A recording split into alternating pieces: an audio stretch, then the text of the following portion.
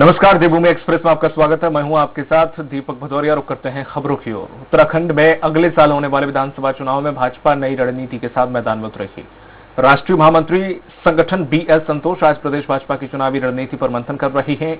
वह प्रदेश संगठन के वरिष्ठ नेताओं के अलावा अलग अलग कई बैठकें भी ले रही हैं और चुनावी रोड मैप पर संगठन की अब तक की प्रगति भी जान रही है। ये बैठकें प्रदेश पार्टी कार्यालय में हो रही हैं और इन बैठकों में पार्टी प्रभारी, संगठन मंत्री, प्रदेश अध्यक्ष, मुख्यमंत्री समेत तमाम पदाधिकारी शामिल हैं। सामान्य तौर पर संगठन में जो उत्तराखंड के विभिन्न विषय होते हैं और कैसे उनमें गति देनी है, कैसे उनको तेजी से काम चलना है, कैसे समाज के साथ, संगठन के साथ सब लोगों का एक साथ समन्वय हो, उसके लिए ऐसी बैठकें नियमित रूप से चलती रहती है। वही बैठक चल रही है। कांग्रेस हाईकमान ने उत्तराखंड कांग्रेस की कमान गणेश गोदयाल को सौंपी है। नव नियुक्त प्रदेश कांग्रेस अध्यक्ष गणेश गोदयाल पदभार ग्रहण करने के बाद से ही एक्टिव मूड में हैं। गणेश गोदयाल ने कहा कि पार्टी के एक एक कार्यकर्ता तक पहुंचना और उन्हें समझाना है कि उनकी पहली प्राथमिकता होगी। और ऐसे ही तमाम मुद्दों पर प्रदेश कांग्रेस अध्यक्ष गणेश गोदयाल से देहरादून में खास बातचीत की। स्वराज संवाददाता शैली श्रीवास्तव ने। उत्तराखंड कांग्रेस की कमान गणेश गोदयाल जी को सौंपी गई है। इसको लेकर खास बात करेंगे गणेश गोदयाल जी से। सर, बड़ी कमान सौंपी गई है और टाइम कम है, काम बहुत ज्यादा करना है, कितना चुनौतीपूर्ण मानते हैं? ऐसा है, राजनीति में जब चुनाव होते हैं तो सभी जितने लोग चुनाव लड़ते हैं, जितने दल चुनाव लड़ते हैं, वो सभी उसको चुनौती के रूप में ही स्वीकार करते हैं और उस चुनौती को हम भी स्वीकार कर रहे हैं। जितनी आपने कहा कि जितनी बड़ी चुनौती है तो मेरे साथ उतनी बड़ी टीम भी है, उतना ताकत भी है।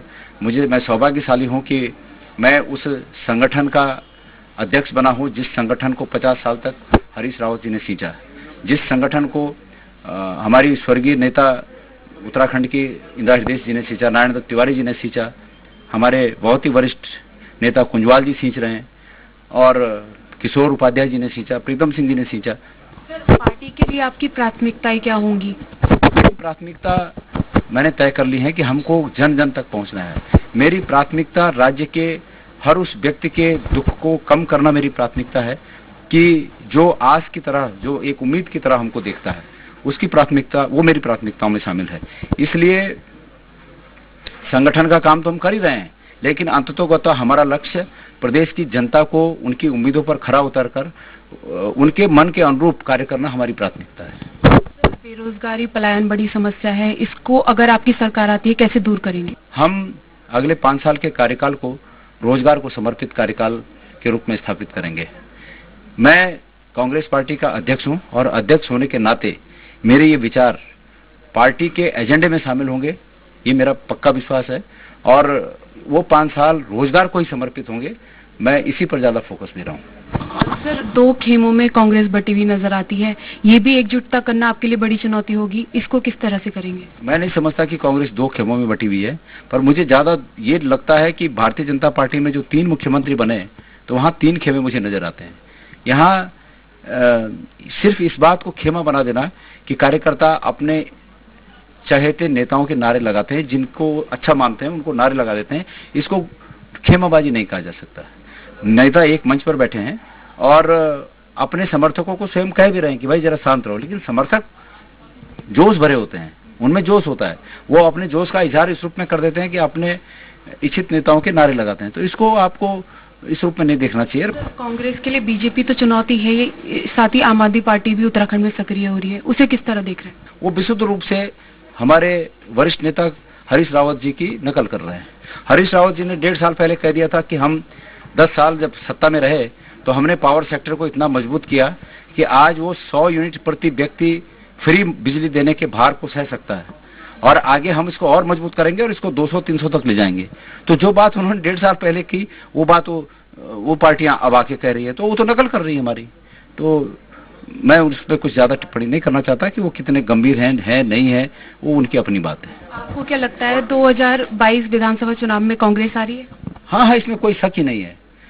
आपने जो सैलाब अभी कुछ 2 दिन पहले देखा और जो जोश हर यूनिट तक, हर गांव तक कार्यकर्ताओं में, हर आम आदमियों में है। आम आदमी हमें आस की दृष्टि से देख रहा है, उम्मीद की दृष्टि से। तो ये थे हमारे साथ कांग्रेस अध्यक्ष गणेश गोदियाल, जिन्होंने बताया कि लोगों को रोजगार देना उनकी प्राथमिकता है। इसके साथ ही अगर उनकी सरकार आती है तो पलायन को रोका जाएगा, बेरोजगारी को कम किया जाएगा। साथ ही 2022 विधानसभा चुनाव में भी उनकी सरकार पूर्ण रूप से आने जा रही है। कैमरामैन दीपक जेटली के साथ शैली श्रीवास्तव, स्वराज एक्सप्रेस, देहरादून। उत्तराखंड प्रदेश कांग्रेस के कार्यकारी अध्यक्ष तिलक राज बेहड़ जसपुर में कांग्रेस विधायक आदेश चौहान के कार्यालय पहुंचे, जहां कांग्रेस कार्यकर्ताओं ने उनका जमकर स्वागत किया। प्रदेश कार्यकारी अध्यक्ष तिलक राज बेहड़ ने बताया है कि उन पर 26 विधानसभाओं की जिम्मेदारी है और उस जिम्मेदारी को वे पूरी तरह से निभाएंगे। उन्होंने कहा कि जनता इस बार कांग्रेस को लाना चाहती है। जनता भ्रष्टाचार, महंगाई और बेरोजगारी से दुखी है और सबसे बड़ा मुद्दा किसान का है। भाजपा ने किसानों के ऋण माफ करने का वादा किया था, लेकिन सभी वादे झूठे निकले।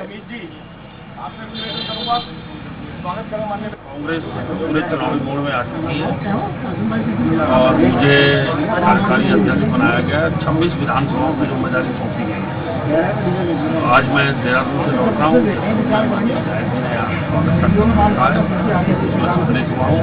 और हम सारे लोग मिलकर, उत्साह है, आप देख लीजिए आज जसपुर के अंदर, छोटे शहर के अंदर कितना उत्साह है।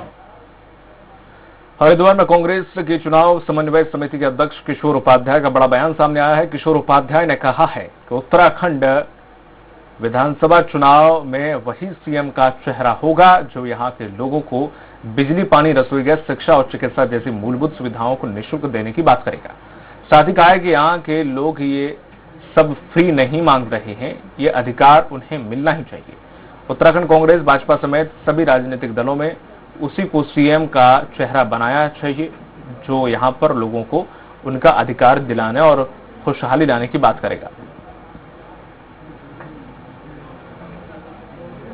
यहाँ अगर किसी को जंगली जानवरों ने किसी तरह का नुकसान कर दिया तो उसकी प्रतिपूर्ति ठीक दीजिए, 25 लाख रुपए मुआवजा दीजिए और परिवार के एक सदस्य को नौकरी दीजिए और निःशुल्क शिक्षा, तब चाहे कहीं तक भी वो बच्चा पढ़ना चाहे, और निःशुल्क जो है सबसे अच्छी चिकित्सा व्यवस्था की यहाँ पर जो है वो बात जो राजनीतिक दल आने वाले चुनाव में करेगा। अल्मोड़ा में आप नेता कर्नल अजय कोठियाल ने युवाओं से संवाद किया। इस दौरान उन्होंने कहा कि विधानसभा चुनाव के एजेंडे में युवाओं के मुद्दों को शामिल किया जाएगा। संवाद कार्यक्रम में मौजूद युवाओं ने पलायन, रोजगार के मुद्दे उठाए, जिस पर कोठियाल ने कहा है कि पहाड़ का युवा हताश और निराश है और तरक्की के लिए पलायन होता तो अच्छा था, लेकिन राज्य में रोजी रोटी के लिए पलायन ठीक नहीं है। उन्होंने कहा है कि युवाओं के मुद्दे आपके एजेंडे में शामिल किए जाएंगे। कोठियाल ने कहा कि अगर आप सत्ता में आई तो पहाड़ के पानी और जवानी का भरपूर उपयोग किया जाएगा। ना होगा 2022 में जो इलेक्शन लड़ने के टाइम पे अपने मैनिफेस्टो में जो डालने हैं पॉइंट्स, वो सारे के सारे पॉइंट्स 90% युवाओं की तरफ से होंगे। हम ये भी चाहते हैं अगर पॉलिटिक्स में आकर के उत्तराखंड का निर्माण हो सकता है तो ज्यादा से ज्यादा युवाओं को अच्छी भावना के साथ में इस जगह पे भी आना चाहिए जिसे पॉलिटिक्स बोलते हैं। हम उसे इनकरेज करना। चमोली में हाईकोर्ट के आदेश के बाद यहां पड़ा पंचायत, डिमरी पंचायत और व्यापारियों ने आक्रोश रैली निकाली। आक्रोश रैली साकेत तिराहे से निकाली गई, जो कि बस अड्डे पर समाप्त हुई और लोगों का कहना है कि हमें आशा दी कि कोर्ट के आदेश के बाद चारधाम यात्रा शुरू की जाएगी, और लेकिन निराशा ही हाथ लगी। अब लोगों के सामने रोजगार का संकट पैदा हो गया है, इसलिए जल्द से जल्द चारधाम यात्रा शुरू की जाए। कहाँ है हमारे विधायक, कहाँ है हमारे पर्यटन मंत्री? सतपाल महाराज जी से मैं पूछना चाहता हूँ, महेंद्र भट्ट से मैं पूछना चाहता हूँ, क्यों नहीं वो आ रहे हैं जमीन पर? यहाँ का स्थानीय नागरिक कहाँ जाएगा? कहाँ आप हैं अभी? वोट मांगने के टाइम पे आप सबसे पहले आगे आते हो। ये जनाक्रोश रैली सिर्फ एक चेतावनी है और आगे हम इसको और आगे तक लेकर जाएंगे। पूरी जनता रोड पर आ जाएगी, सड़कों पर भीख मांगने लगेगी। क्या आप ये चाहते हैं? वक्त बुलाए छोड़ से बेखा चल तुम के हाथ से।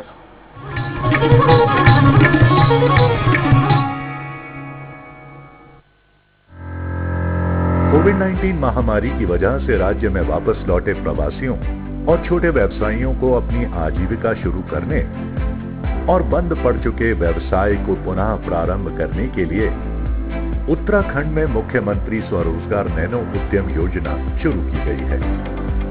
नैनो उद्यम योजना के अंतर्गत ग्रामीण क्षेत्रों के लोगों को अपना व्यवसाय शुरू करने के लिए 10,000 रुपए तक का ऋण दिया जाएगा, जिसमें 50% तक की सब्सिडी राज्य सरकार की तरफ से दी जाएगी। इस योजना के जरिए उत्तराखंड में अगले 3 वर्षों में 20,000 लाभार्थियों को ऋण दिए जाने का लक्ष्य तय किया गया है।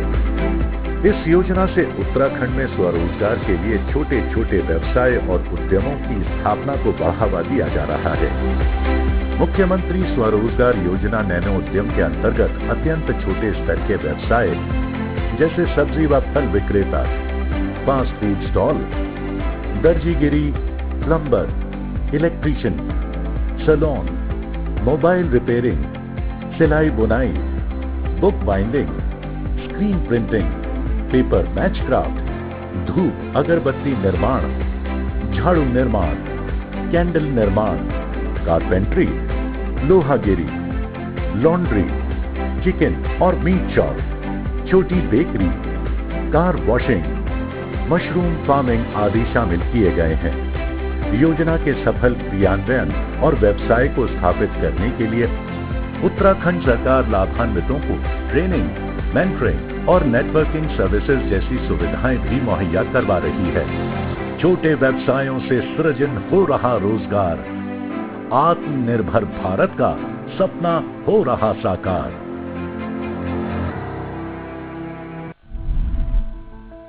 दृढ़ संकल्प, दृढ़ इच्छा शक्ति, जागरूकता के साथ उत्तराखंड राज्य ने कोरोना की दूसरी लहर का डटकर किया सामना।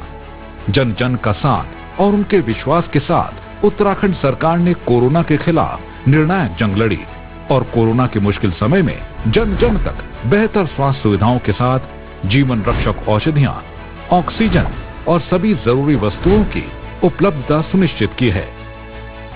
लेकिन अब एक बार फिर आपके साथ और आत्मविश्वास के साथ हमें कोरोना की तीसरी लहर को आने से पहले ही रोकना होगा। कोरोना से बचाव के नियमों का पालन करें, मास्क जरूर लगाएं, जरूरी होने पर ही घर से बाहर निकलें, कोरोना वैक्सीनेशन करवाकर खुद भी सुरक्षित रहें और समाज को भी सुरक्षित करें। कोविड गाइडलाइंस का हर हाल में पालन करें। कोरोना संक्रमण के मामले भले ही कम हुए हैं, लेकिन हमें अब भी सावधान रहना है। विशेषज्ञों ने आशंका जताई है कि कोविड-19 की तीसरी लहर में हमारे बच्चे अधिक प्रभावित हो सकते हैं।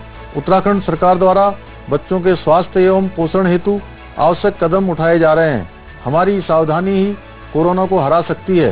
कोरोना की तीसरी लहर की रोकथाम हम सबकी है जिम्मेदारी। जागरूक और जिम्मेदार नागरिक बन कोरोना के खिलाफ लड़े जंग। सूचना एवं लोक संपर्क विभाग उत्तराखंड द्वारा जनहित में जारी। अरे भैया, तुम्हें कब से क्या? लोग ऐसी गंभीर समस्या को हंसी मजाक में उड़ाते हैं। खास जड़ी बूटियों से बना पेट सफा आयुर्वेदिक।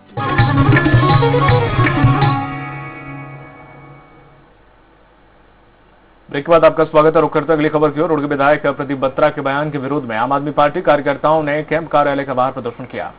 साथ ही कार्यकर्ताओं ने विधायक के खिलाफ जमकर नारेबाजी की। आप नेताओं का कहना है कि विधायक बत्रा के बयान के कारण नगर की जनता का अपमान हुआ है और यह शिक्षा नगरी है और यहाँ के लोगों को अनपढ़ कहना किसी अपराध से कम नहीं है।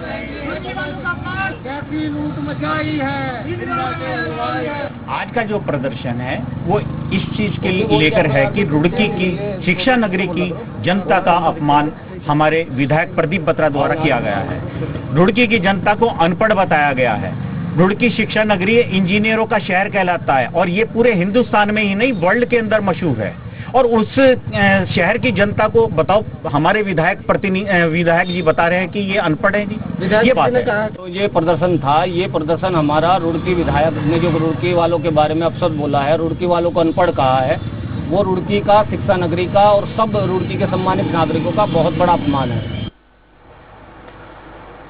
खबर चमोली से है। चारधाम यात्रा खोलने को लेकर बद्रीनाथ धाम में स्थानीय लोग मांग कर रहे हैं। तीर्थ पुरोहितों और स्थानीय लोगों ने उप जिलाधिकारी को ज्ञापन सौंपा। उन्होंने कहा है कि कोरोना काल के चलते पिछले 2 साल से आर्थिक हालात चरमरा गए थे और हालांकि प्रशासन कोविड की नई गाइडलाइन के अनुसार छूट दे दी है और पर्यटक भी भारी संख्या में पहुंच रहे हैं, मगर श्रद्धालुओं को चारधाम सहित बद्रीनाथ धाम आने नहीं दिया जा रहा है। ऐसे में सरकार के दोहरे रवैये से लोग परेशान हैं। उन्होंने कहा है कि जब तक चारधाम यात्रा नहीं खोली जाएगी तब तक आंदोलन जारी रहेगा। तो आज इसके विरुद्ध में हम सभी स्थानीय लोगों ने, व्यापारियों ने और जो है यहाँ के तमाम हक हकूकधारियों ने आज एक आंदोलन शुरू किया सरकार के विरुद्ध कि हमारी यात्रा बड़ी विशाल जी की खोल दी जाए। खबर नैनीताल से है। मुंबई निवासी दुष्कर्म पीड़ित की याचिका पर सुनवाई करते हुए उच्च न्यायालय की न्यायमूर्ति की एकल पीठ ने पौड़ी गढ़वाल के जिला विधिक सेवा प्राधिकरण के सचिव और सीनियर डिवीजन के सिविल जज को अवमानना नोटिस जारी किया है। सिविल जज को अपना जवाब दाखिल करने के लिए 4 सप्ताह में समय दिया गया है और ऐसे में अगली सुनवाई 23 अगस्त को होगी। दरअसल पीड़ित ने उच्च न्यायालय में एक याचिका दायर की थी, जिसकी सुनवाई के बाद याचिकाकर्ता को महिला मानने का निर्देश जारी किया था, उसे मनाने का, और जिसके बाद पीड़ित ने एक अवमानना याचिका दायर करके न्यायाधीश पर उच्च न्यायालय के निर्देश को मानने से इनकार करने का आरोप लगाया था।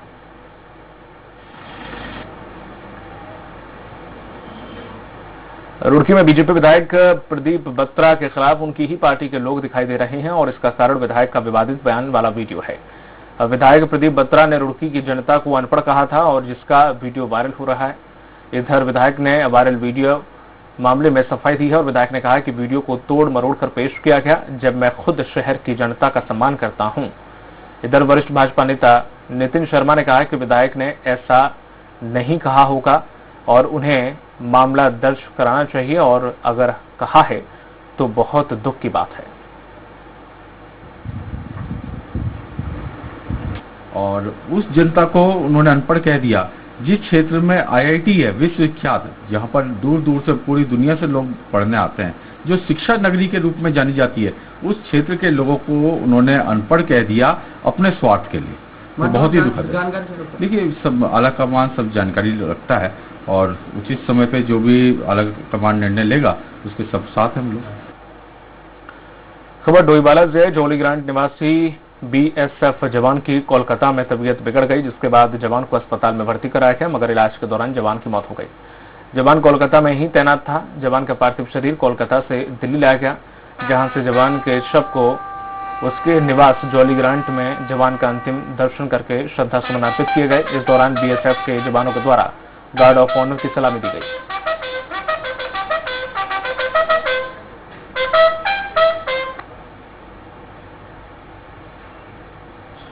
उनको सरकारी नौकरी देने का हम सरकार से मांग करेंगे। उनके प्रति हम संवेदना भी व्यक्त करते हैं। वहीं कोटद्वार में नवविवाहिता ने नवजात शिशु को जन्म देने के बाद झाड़ियों में फेंक दिया, जिसके बाद महिला की तबीयत खराब होने लगी।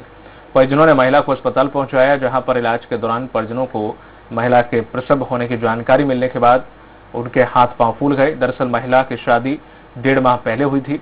महिला ने प्रसव की बात छिपाने के लिए नवजात को झाड़ियों में फेंक दिया था।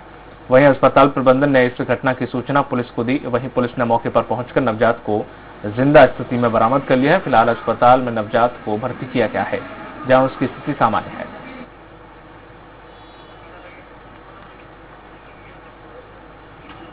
SHO कोटद्वार ने भेजा। उनके साथ एक महिला उपनिरीक्षक थी और कुछ सिपाही भी थे। तो पता चला कि वो बच्चा जो है पैदा होने के बाद, सुबह 4 बजे पैदा होने के बाद उसे झाड़ियों में फेंक दिया गया। तो पुलिस तत्काल वहां पहुंची, मौके पे खोजबीन करी। खोजबीन करने के बाद पता चला कि वो बच्चा मिल गया और बिल्कुल बच्चा स्वस्थ है, उसे हॉस्पिटलाइज किया गया है। पिथौरागढ़ के पाली के तोक में गुलदार ने 10 साल के किशोर को अपना शिकार बनाया, जिसके बाद शिकारी ने आदमखोर गुलदार को मौत के घाट उतार दिया। वन क्षेत्राधिकारी ने बताया कि वन विभाग की टीम ने गुलदार के पोस्टमार्टम के बाद जला दिया उसे। वन विभाग ने ग्रामीणों को सतर्क रहने की सलाह दी है। जो कि पाली गांव में जिसका आतंक था, बच्चे को मार दिया था, उनके द्वारा यहाँ पर मुझे बुलाया गया। वन क्षेत्राधिकारी सोनवाल जी, जोशी जी, हमारे वन रक्षक कार्की जी, हम सारा यहाँ का स्टाफ, पूरा स्टाफ कहा जाए, उसके पीछे लगे थे हम हफ्ते भर से ज्यादा। उसका परमिट जारी हुआ तो हमें 20 तारीख को इसने पाली में एक बच्चे को मार दिया था। तो उसके बाद जब परमिट जारी हुआ तो हम लगातार क्षेत्र में गश्त कर रहे थे और गांव के अंदर गश्त कर रहे थे। तो कल हमको ये गांव से निकलता हुआ हमको मिला तो जिसके बाद ये वो शिकारी ने इसको ढेर कर दिया। 11 बजे कम से कम बाघ मारा गया और उसके बाद थोड़ा हमारे गांव वाले जो हैं संतुष्ट हैं, तब से थोड़ा चैन की नींद सो रहे हैं। नहीं तो हमारे लिए बहुत दिक्कत हो रही थी। पाली गांव में हर जगह बाघ दिख रहा था, बच्चों का इधर उधर जाना मुश्किल हो रहा था। इस बुलेटिन में फिलहाल इतना ही। दीजिए इजाजत, नमस्कार।